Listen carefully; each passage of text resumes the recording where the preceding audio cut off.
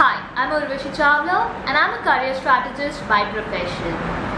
In your past interviews, you must have been asked this very basic question: tell us your weaknesses and your strength. In my experience, people are more comfortable talking about their strength. They share the few points that they are really good at. What they might usually forget about is giving a backup example. Every time you talk about your strength, there has to be a past experience where you can talk about how that strength has helped you or how you applied that skill that you're really good at. Sharing the experience helps interviewer get a clear picture as to what is it that you are really good at. Now you may say that you're good at communicating, but what part of communication? Is it talking to an unknown person? Is it negotiating? Is it convincing? What part of communication that you're really good at is more clear when you give a backup example, and it also builds your credibility with that skill set that you're saying you're really good at. Now coming to the weakness part is where it gets a bit tricky.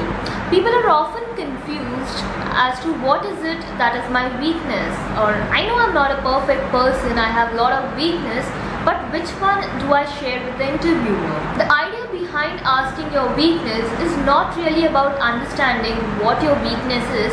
It is about understanding if you are self-aware about it and are you trying to work on the weakness that you have. The first step to solving any problem is to acknowledge it. So have you acknowledged or have you realized where is it that you're lacking to actually progress in your career? So when you're sharing your weakness, it could be any weakness that is not relevant to your job directly. So let's say you're applying for a sales job. So you cannot say that your weakness is communicating with someone. If you're applying for a web development job, you cannot say that I'm not really good with CSS. If you're applying for an accounts job, you cannot say that I am not good with numbers.